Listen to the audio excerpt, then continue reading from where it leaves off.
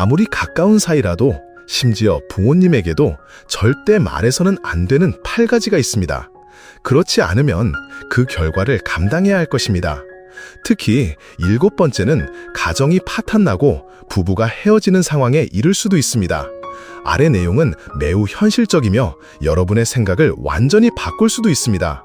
바쁜 일상을 보내고 계신다는 것을 압니다만 제가 말씀드리는 것들은 쉽게 받아들이기 어렵고 특히 완전히 이해하기는 더욱 어렵습니다. 한 번만 듣고 넘기신다면 제 조언은 끝까지 보시고 시간이 날 때나 집안일을 할 때 여러 번 반복해서 들어보시는 것입니다. 이 영상을 공유하고 재생 목록에 저장하여 더 편리하게 시청하세요. 단 몇 달 안에 여러분의 사고방식이 비약적으로 발전하여 새로운 차원에 이를 것이라고 확신합니다. 고인의 지혜입니다. 안녕하세요 여러분. 오늘은 아무리 친한 친구에게도 절대 공유해서는 안 될 8가지에 대해 알아보겠습니다. 친구라고 다 같은 친구는 아니니까요. 이런 것들은 입 밖에 내는 것보다 마음속에 간직하는 편이 낫습니다. 그렇지 않으면 불필요한 골칫거리를 겪고 소인배를 끌어들일 수 있습니다. 첫째, 당신의 주머니 사정.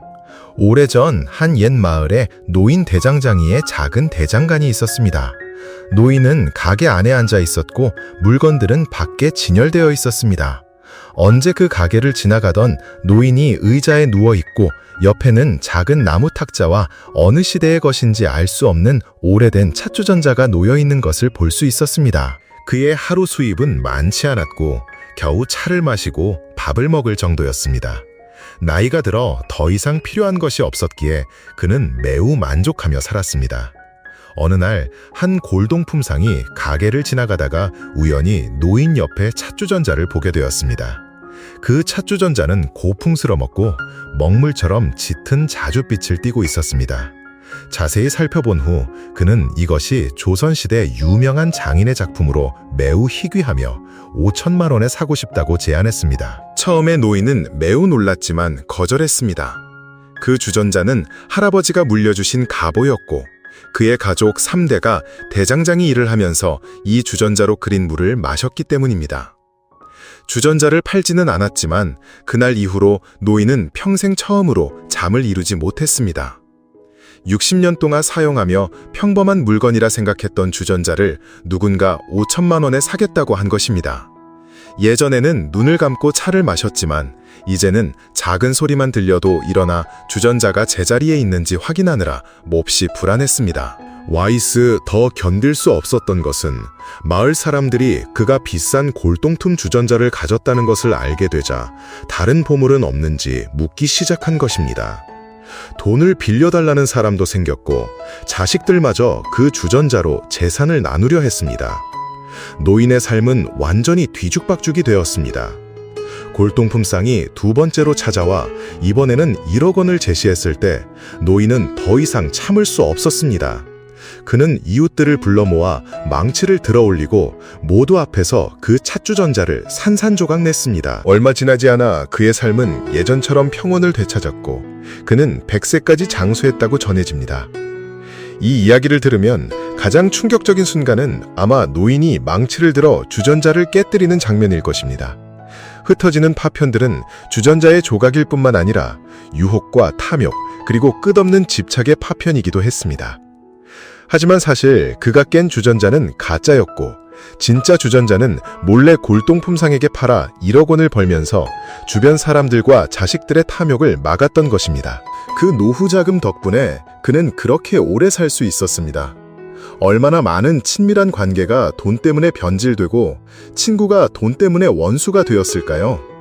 다른 사람이 당신에게 돈이 있다는 것을 알면 그들은 돈을 빌리고 싶어 할 수 있습니다. 만약 거절하면 그들은 당신의 우정을 의심할 것입니다. 돈 거래는 우정과 가족애를 퇴색시킬 수 있습니다.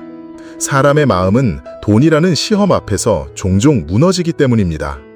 둘째, 당신의 연애사. 잊지 못하는 여인의 그림자를 항상 마음에 품고 사는 한 남자가 있었습니다. 그는 만나는 사람마다 어떻게 하면 그녀를 잊을 수 있을까요? 라고 묻고 다녔습니다. 마침내 그는 산속의 한 절에 속세의 사람들을 구원하는 큰 스님이 계시다는 소문을 들었습니다. 남자는 매우 기뻐하며 즉시 산으로 올라갔습니다.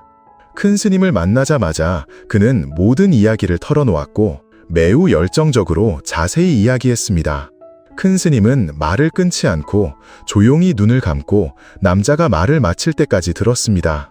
남자가 말을 멈추자 큰 스님은 비로소 눈을 뜨고 동자승에게 차를 가져오라고 했습니다. 남자의 기대에 찬 표정을 본 큰 스님은 작은 병을 꺼내며 말했습니다. 이 물은 모든 번뇌를 잊게 해준다네. 마시면 모든 것을 깨끗이 잊을 것이야. 마시겠는가? 남자는 병을 보며 망설였습니다. 그는 물었습니다. 이걸 마시면 모든 번뇌를 잊게 되나요? 큰 스님은 고개를 저으며 답했습니다. 슬픔, 기쁨, 만남과 헤어짐은 모두 찰나의 강정일 뿐 좋은 것도 나쁜 것도 없다네. 큰 스님은 말했습니다. 그러니 잊어야 할 것은 잊어야만 하네. 남자는 이 말을 듣고 황급히 고개를 저으며 손사래를 쳤습니다. 안 됩니다, 스님. 모든 것을 잊고 싶지는 않습니다. 단지 그녀를 생각하고 싶지 않을 뿐입니다. 한 사람만 잊으면 충분합니다. 큰 스님은 미소를 지으며 더 이상 말하지 않고 옆에 있는 동자승에게 물었습니다. 오늘 경전은 다 베꼈었느냐? 동자승은 공손하게 대답했습니다. 네, 스승님, 하루도 게을리하지 않았습니다. 큰 스님은 고개를 끄덕이고 다시 물었습니다. 그럼 그 경전을 어떻게 외우느냐? 동자승은 왜 스승님이 이런 질문을 하는지 이해하지 못했지만 솔직하게 대답했습니다. 많이 생각하고 많이 읽으면 저절로 외워집니다. 큰 스님은 다시 물었습니다. 그럼 내가 너에게 그 경전을 잊으라고 한다면 어떻게 하겠느냐? 동자승은 당황하며 한참을 생각하다 말했습니다. 잘 모르겠습니다.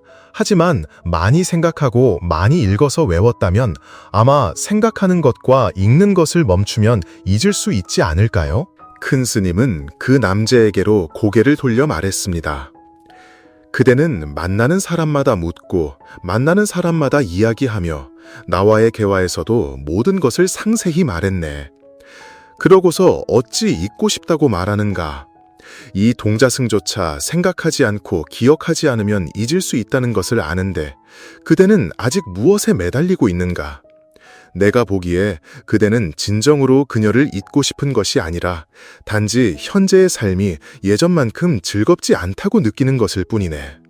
사랑은 일방적인 것이 아니라 공감의 아름다움입니다. 인연이 아닌 사람에게는 아무리 집착해도 정해진 결말을 바꿀 수 없습니다. 내려놓고 받아들여야만 삶의 가장 아름다운 풍경을 맞이할 수 있습니다. 결국 운명의 상대가 아니라면 당신이 아무리 뛰어나고 노력해도 그 사람은 당신 곁에 끝까지 머물지 않을 것입니다. 하지만 운명이 정해준 사람은 아무리 멀리 돌아가더라도 결국 다시 만나 함께하게 됩니다. 인연이 저절로 그렇게 만드는 것입니다. 인연이 아닌 사람을 사랑한다면 놓아주는 법을 배우세요. 원망하거나 탓하지 마세요. 인연이 아닌 사람을 놓아주었을 때 진정으로 당신을 위한 사람을 만나게 될 것이라고 믿으세요. 셋째, 당신의 약점과 사적인 비밀. 어느 날 까마귀가 고슴도치에게 말했습니다. 네 갑옷은 정말 멋져. 부러운데. 고슴도치는 칭찬을 이기지 못하고 까마귀에게 말했습니다. 너에게 비밀 하나 알려줄게. 사실 내 갑옷도 약점이 없는 건 아니야. 몸을 둥글게 말았을 때 배에 작은 틈이 생겨. 누군가 거길 불면 간지러워서 몸을 펴게 돼. 까마귀는 매우 놀랐지만 헤어질 때 고슴도치는 신신당부했습니다. 이 비밀은 절대 아무에게도 말하지 마. 여우가 알면 난 끝장이야. 까마귀는 굳게 약속했습니다. 걱정 마. 난 친구를 배신하는 짓은 절대 안 해. 얼마 지나지 않아 까마귀는 여우에게 잡혔습니다. 여우가 잡아먹으려 하자 목숨을 구하기 위해 까마귀는 고슴도치의 비밀을 여우에게 말해버렸습니다. 결국 여우는 까마귀를 풀어주고 고슴도치를 잡았습니다. 인생에서 당신의 비밀을 절대 누구에게도 말하지 마세요. 약점과 비밀은 당신의 삶이 위험에 처했을 때 다른 사람의 무기가 될 수 있습니다. 이것은 직장에서 자주 일어나는 일입니다. 어떤 사람들은 우정을 더 깊게 하기 위해 마치 고슴도치가 부드러운 배를 드러내는 것처럼 자신의 속마음이나 약점을 공유하여 친구의 신뢰를 얻으려 합니다. 친구일 때는 괜찮을지 모르지만 이해관계가 충돌하면 친구는 적이 될 수 있고 당신이 과거에 털어놓았던 약점은 당신을 공격하는 무기가 될 것입니다. 한 전투에서 병사가 장군에게 말했습니다. 장군님, 200m 앞에 저격수가 있는데 실력이 형편없습니다. 여러 번 쐈지만 아무도 맞추지 못했습니다. 장군이 물었습니다. 그럼 왜 그를 처리하지 않나? 병사가 대답했습니다. 장군님, 제정신이십니까? 우리가 그들이 더 실력 좋은 저격수로 교체하길 바라는 겁니까? 이 이야기는 상대의 약점을 발견하더라도 그것을 지적해서는 안 된다는 것을 가르쳐 줍니다.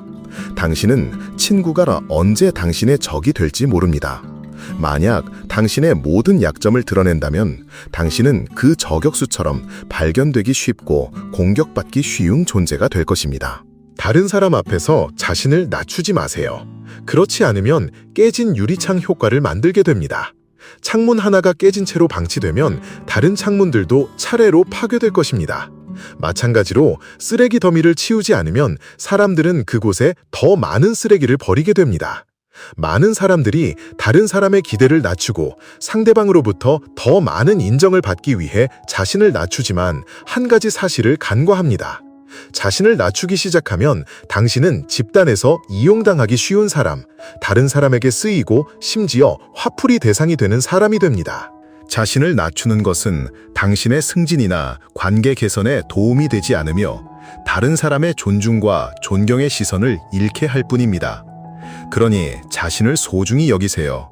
그것만이 깨진 유리창 효과를 극복하는 유일한 방법입니다. 넷째, 과거의 실수. 옛날 한 선비가 과거 시험을 보러 서울로 갔지만 누군가의 모함으로 낙방했습니다. 어릴 적부터 사랑했던 여인도 그를 떠났습니다. 그때부터 선비는 정신적으로 무너져 매일 슬픔에 잠겨 술로 하루를 보냈습니다. 어느 날 그는 한 고승을 만나 해탈의 방법을 구했습니다. 고승은 많은 말을 하지 않고 단지 사흘 동안 자신을 따라오라고 했습니다. 그 사흘 동안 고승은 그에게 물만 주고 밥은 주지 않았습니다. 매일 그는 말에게 먹이를 주고 장작을 패고 밤에는 마구간에서 잤습니다. 사흘이 지나자 그는 길에서 큰 소리로 울며 자신을 이렇게 괴롭힌 것을 후회했습니다. 고승이 말했습니다. 예전에 너도 이와 같지 않았는가? 다른 사람의 잘못 때문에 자신을 벌하고 스스로 고통을 자초했지. 과거의 고통스러운 경험을 너무 자주 되풀이하지 마세요. 애덤 스미스는 도덕감정론에서 이렇게 말했습니다. 이 세상에서 다른 사람의 고통에 진정으로 공감할 수 있는 사람은 아무도 없다. 당신이 만 개의 화살에 심장이 꿰뚫려 죽고 싶을 만큼 고통스러워도 그것은 오직 당신 자신만의 일이다. 어느 나이가 되면 모든 것이 정말 그렇다는 것을 깨닫게 될 것입니다. 이 인생 전체가 한 편의 연극과 같아서 고독하고 아무도 도와주지 않는 장면은 평범한 일입니다. 당신이 웃을 때 온 세상이 당신과 함께 웃지만 당신이 울 때 당신 혼자 외롭게 웁니다. 다른 사람에게 당신의 어려움을 이해해달라고 요구할 수 없으며 모두가 당신의 고통을 이해해 줄 것이라고 기대할 수도 없습니다. 이것이 잔인하게 들릴지라도 그것이 현실입니다.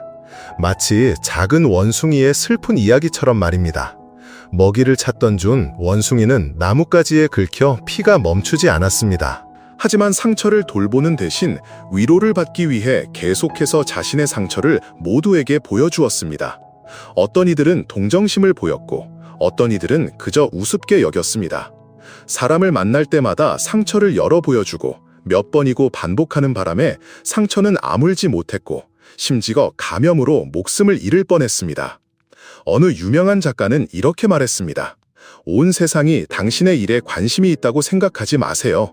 모두가 당신을 지켜보고 있다고 생각하나요? 사실 모두 각자의 걱정거리가 있고 아무도 당신의 일에 관심이 없습니다. 다른 사람에게 당신의 고통을 계속해서 늘어놓지 마세요. 20%는 관심이 없고 나머지 80%는 속으로 당신을 비웃고 있을지도 모릅니다. 지나간 일들은 다시 꺼낼 때마다 슬픔만 더할 뿐입니다. 사람들의 고통은 서로 다르고 가장 힘든 날들은 오직 스스로 극복해야 합니다. 과거의 고통스러운 경험은 스스로 치유하세요. 다른 사람에게 기대하는 것보다 자신에게 의지하는 것이 낫고 구원을 기다리는 것보다 스스로 탈출구를 찾는 것이 낫습니다. 당신의 과거를 누구에게나 쉽게 털어놓지 말고 한번 마음이 맞았다고 해서 쉽게 당신의 패를 보여주지 마세요. 당신을 괴롭히는 사람들은 모두 당신을 잘 아는 사람들입니다. 당신이 더 신뢰하는 사람일수록 당신에게 더 깊은 상처를 줄 수 있습니다. 그들은 단 한 번의 움직임으로 당신의 약점을 정확히 찌를 수 있기 때문입니다. 다섯째, 운명을 탓하는 마음. 한 부부가 있었습니다. 남편은 알코올 중독자였고 아내는 도박 중독자였습니다. 그들에게는 두 아들이 있었지만 그들의 운명은 완전히 달랐습니다. 큰아들은 사업에서 성공했고 작은 아들은 범죄를 저질러 감옥에 갔습니다. 누군가 큰아들에게 물었습니다. 어떻게 그렇게 성공하셨나요? 그는 대답했습니다. 이런 부모님이 계셨기 때문입니다. 제가 노력하지 않으면 누가 이 가정을 책임지겠습니까? 그리고 그들은 작은 아들에게 물었습니다. 너는 왜 감옥에 갔니? 그는 대답했습니다. 이런 부모님이 있었기 때문입니다. 그들이 제게 나쁜 영향을 미쳤습니다. 두 형제는 같은 가정에서 자랐지만 한 명은 삶을 개선하려 노력했고 다른 한 명은 부모 탓을 하며 발전 없이 하루하루를 살았습니다. 사실 인생에는 이 두 형제와 같은 사람들이 아주 많습니다. 같은 시대를 살면서 어떤 사람은 앞을 향해 나아가고 어떤 사람은 다른 사람을 탓하기만 합니다. 탓하는 습관은 우리를 절망으로 한 걸음씩 이끄는 재앙일 뿐이며 결코 원망하지 않는 사람만이 위기를 극복할 수 있습니다. 미국의 에이브러햄 링컨 대통령은 1832년 선거에서 패배하고 실직한 후 사업을 시작했지만 1년도 안 되어 회사가 파산했습니다. 그 후 17년 동안 그는 빚을 갚기 위해 동분서주했지만 결코 불평하지 않았습니다. 링컨은 1840년 의원 선거에 다시 출마하여 마침내 성공했습니다. 만약 파산 후 링컨이 운명을 탓하고 좌절했다면 그의 인생은 암울했을 것입니다. 누군가 말했듯이 어둠 속에 잠겨 원망하기보다 등불을 들고 나아가는 것이 낫습니다. 불평하는 것은 자신의 신발에 물을 붓는 것과 같아서 걷는 것을 더욱 어렵게 만듭니다. 불평하는 것과 노력하는 것은 다른 문제입니다. 앞으로 대화할 때는 불평을 피하도록 하세요. 여섯째, 불길한 말.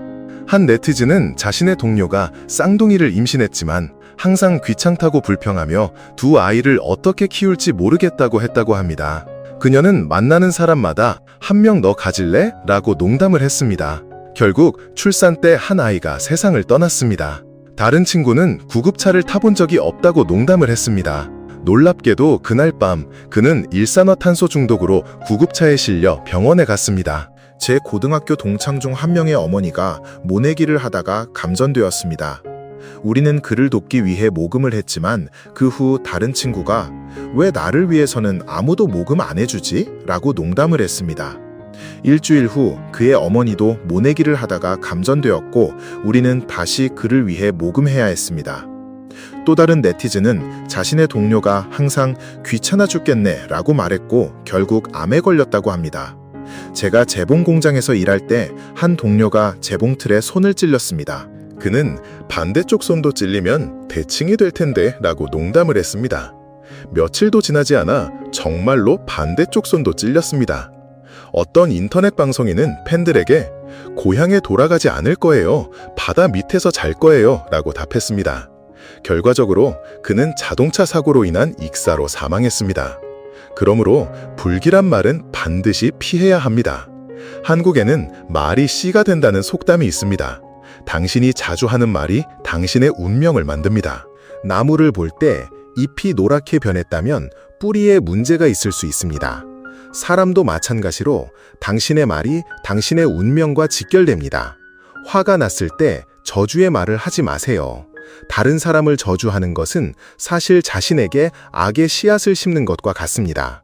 나중에 나쁜 결과가 닥칠 것이지만 언제 일어날지는 모릅니다. 어쨌든 인생에서 나쁜 씨앗을 심으면 나쁜 열매가 열리는 것은 당연합니다. 인과응보는 결코 틀리지 않기 때문입니다. 다른 사람을 저주하는 것은 그들에게도 당신에게도 아무런 이득이 없습니다. 저주의 말은 본래 증오를 담고 있습니다. 그런 말을 할 때 당신의 표정과 얼굴은 일그러지고 시간이 지나면서 얼굴 자체가 변형될 수 있습니다. 20세 이전의 외모는 부모로부터 물려받지만 20세 이후의 외모는 스스로 가꾸는 것입니다. 선한 마음과 부드러운 말은 당신의 인상을 온화하고 친근하게 만들 것입니다. 이것이 바로 자신을 수양하는 방법이며 스스로에게 행운을 가져다주는 길이기도 합니다.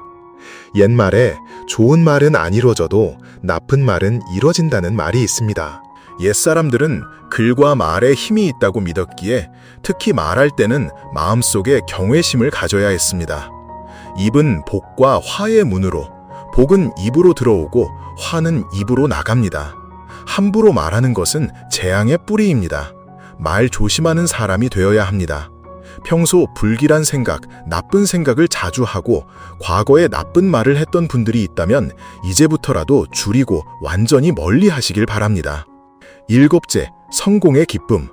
예전에 직설적으로 말해서 많은 사람에게 상처를 주는 사장님이 있었습니다. 최근에 그는 도시에 큰 별장을 샀지만 인터넷에 자랑하지 않았습니다.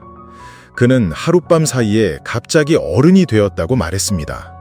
3년 전 마을 잔치에서 술에 취해 1년에 5억 버는 건 별거 아니다 라고 말했기 때문입니다. 반년 후 그의 집 연못의 물고기는 누군가에 의해 독살당해 전멸했습니다. 가로등이 없는 곳에서는 밤에 가축들만 다닙니다.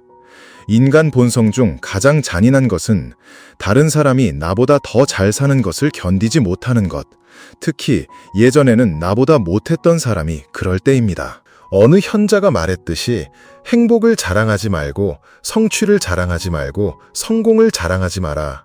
기본적인 물리 지식에 따르면 외부에 노출된 것은 상하고 냉장 보관하는 것이 신선도를 유지하는 가장 좋은 방법입니다. 점차 당신은 깨닫게 될 것입니다. 인생은 자기 자신의 것이지 다른 사람과 아무 관련이 없습니다. 높은 수준의 사람들은 재능을 감추는 수양을 하고 낮은 수준의 사람들만이 자랑하기를 좋아합니다. 기쁨을 잘못된 사람과 나누면 그것은 과시가 됩니다. 네가 시험에 떨어지면 나는 슬플 것이다. 네가 1등을 하면 나는 더 슬플 것이다. 나는 네가 잘 되길 바라지만 나보다 더 잘 되길 바라지는 않는다. 현실에서 대부분의 사람들은 낯선 사람의 성공은 받아들일 수 있지만 주변 사람의 성공은 견디지 못합니다. 거지가 백만장자를 질투하지는 않지만 자기보다 수입이 더 많은 다른 거지는 분명히 질투하는 것과 같습니다. 쉽게 얻을 수 있는 것은 질투라 부르고 얻을 수 없는 것은 존경이라 부릅니다. 소설 아기에는 이런 이야기가 나옵니다. 민준의 할아버지와 지훈은 어릴 적부터 같은 동네에 사는 절친한 친구였습니다. 학창시절 민준의 할아버지가 괴롭힘을 당하면 항상 지훈이 그를 보호해 주었습니다. 고등학교 졸업 후 두 사람은 각자의 길을 걷게 되면서 더 이상 만나지 못했습니다. 몇 년 후 다시 만났을 때 지훈은 유명한 작가가 되어 있었고 민준의 할아버지는 힘든 삶을 살고 있었습니다. 지훈의 상황을 알게 되자 그의 마음속에 질투심이 싹 텄습니다. 민준이 그의 새 직장을 구하는 것을 도왔음에도 불구하고 그는 질투와 원망의 감정을 피할 수 없었습니다. 민준의 도움을 태연히 받으면서도 그는 남몰래 계획을 세우고 있었습니다. 마침내 그는 민준을 살해했습니다. 이야기의 결말에서 그의 동기와 증오심이 드러납니다. 나는 네가 싫어. 내 꿈을 먼저 이룬 네가 싫어. 너의 그 우월한 삶이 싫다. 나 자신의 나약함도 운이 따르지 않는 것도 능력이 부족한 것도 모두 싫다. 내 모든 증오를 너에게 쏟아부은 거야. 부모님과 몇몇 절친한 친구들을 제외하고는 당신이 잘 살기를 진심으로 바라는 사람은 아무도 없습니다. 당신의 성공을 진심으로 기뻐해주는 사람은 극소수입니다. 대부분의 사람들에게 그들이 당신에 대해 알아보는 것은 단지 당신이 그들보다 잘나지 않았다는 것을 확인하기 위함일 뿐입니다. 어떤 영화에 이런 대사가 있었습니다. 사람은 두 가지를 숨길 줄 알아야 한다. 하나는 속마음이고 다른 하나는 자신의 능력이다. 8번째, 집안일. 한 네티즌이 이런 경험을 공유한 적이 있습니다. 반년 전 옆 부서에 30대 정도의 새로운 여직원이 왔습니다. 몇 번 함께 일해보니 그녀는 꽤 상냥하고 조용한 여성처럼 보였습니다. 하지만 그녀는 큰 실수를 저질렀습니다. 입사한 지 얼마 되지 않아 그녀는 동료 A에게 자신이 이혼한 적이 있으며 지금은 15살 연상의 남자와 동거하고 있다고 털어놓았습니다. 그녀는 동료 A가 비밀을 지켜줄 것이라 생각했지만 분명히 그렇지 않았습니다. 이 이야기는 회사 동료들 사이에 퍼져 그녀에 대한 뒷담화가 시작되었고 어떤 사람들은 아주 듣기 거북한 말을 하기도 했습니다. 심지어 이 일 때문에 상사도 그녀의 업무 능력을 의심하기 시작했습니다. 지난 주말 그녀가 사직서를 냈다는 소식을 들었습니다. 아마 그녀는 회사를 그만둘 때까지도 자신이 무엇을 잘못했는지 이해하지 못했을 것입니다. 당신 주위에는 항상 많은 사람들이 있을 것입니다. 때때로 그들은 관심을 보이는 척하며 묻습니다. 요즘 무슨 힘든 일 없어? 혹은 요즘 어떻게 지내? 그 말을 들으면 당신은 그들이 정말로 관심을 가진다고 느껴 모든 것을 털어놓을 수 있고 그렇게 함정에 빠질 수 있습니다. 개인적인 일을 함부로 말하지 않는 것은 성숙한 사람이 가져야 할 품격입니다. 속담에 이르기를 어느 집이든 말 못할 사정은 있기 마련이다 라고 했습니다. 아무리 행복한 가정이라도 화목하지 않을 때가 있고 아무리 사랑하는 부부라도 다투고 갈등을 겪을 때가 있습니다. 집안의 흉은 밖으로 꺼내는 것이 아닙니다. 당신이 다른 사람에게 모든 것을 털어놓으면 그들은 겉으로는 위로하고 공감하겠지만 당신의 실제 문제를 해결해 줄 수는 없습니다. 그리고 나면 그들은 당신의 집안일을 술안주 삼아 이야기할 것입니다. 그러다 어느 순간 수군거리는 사람은 점점 더 많아지고 당신의 입지는 자신도 모르는 사이에 점점 좁아질 것입니다. 싸우지 않는 가족은 없다는 것을 기억하십시오. 가정생활이란 끊임없이 서로 화합하고 용서하는 과정입니다. 무슨 일이 생기자마자 외부인에게 달려가 이야기하지 마십시오. 많은 사람들이 남의 이야기, 특히 남의 안 좋은 이야기를 듣는 것을 아주 좋아합니다. 그들은 절대로 진심으로 당신을 돕거나 위로하고 싶어 하지 않습니다. 좋은 소문은 문 밖을 나가지 못하지만 나쁜 소문은 천리를 간다는 말이 있습니다. 어떤 사람들은 돌아서자마자 당신 집안에 안 좋은 일을 사방에 퍼뜨립니다. 누군가 말했습니다. 가족이란 아무런 이유 없이 돌아갈 수 있는 유일한 곳이며 당신이 어떻게 변하든 기꺼이 당신을 받아주는 곳이라고. 이 세상에서 사랑이 넘치는 가족은 단지 몸을 기댈 안식처일 뿐만 아니라 영원히 평화를 찾는 곳이기도 합니다. 그들은 절대로 진심으로 당신을 돕거나 위로하고 싶어 하지 않습니다. 좋은 소문은 문 밖을 나가지 못하지만 나쁜 소문은 천리를 간다는 말이 있습니다. 어떤 사람들은 돌아서자마자 당신 집안에 안 좋은 일을 사방에 퍼뜨립니다. 누군가 말했습니다. 가족이란 아무런 이유 없이 돌아갈 수 있는 유일한 곳이며 당신이 어떻게 변하든 기꺼이 당신을 받아주는 곳이라고. 이 세상에서 사랑이 넘치는 가족은 단지 몸을 기댈 안식처일 뿐만 아니라 영원히 평화를 찾는 곳이기도 합니다.